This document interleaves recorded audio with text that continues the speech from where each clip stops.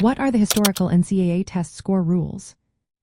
Have you ever wondered how student-athletes have navigated the tricky waters of standardized test scores in the NCAA? Let's break down the historical rules that have shaped eligibility for athletes competing at the collegiate level. Historically, the National Collegiate Athletic Association required student-athletes aiming to compete in Division I or Division II to submit standardized test scores. These scores came from either the Scholastic Assessment Test or the American College Testing. These test scores were a key part of the initial eligibility criteria.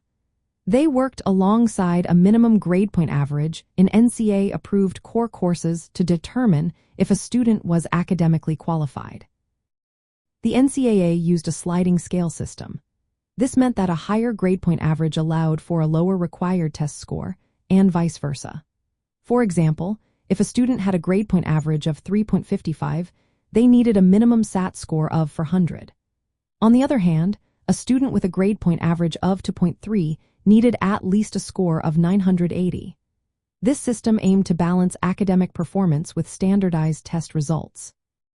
Going further back, before the 1970s, eligibility rules included what was known as the 1.6 rule. This rule required a combination of grade point average and SAT scores that predicted a college freshman grade point average of 1.6. Some conferences even imposed additional minimum scores, like an 800 combined SAT score. However, in 1972, this rule was abolished, which removed academic standards for athletes for a time. Fast forward to 2020, when the COVID-19 pandemic caused significant disruptions. The NCAA temporarily waived the standardized test score requirement due to test center closures. This allowed student-athletes to qualify based solely on their course grade point average and completion of 16 NCAA-approved core courses. In 2023, this temporary waiver became permanent. The NCAA Standardized Test Score Task Force recommended eliminating the test score requirement. This decision aligned with broader trends in college admissions, where many schools were moving away from requiring standardized tests. Now, student-athletes must meet core course and grade point average requirements, which are 2.34 Division I and 2.24 Division II. They also need to provide proof of high school graduation.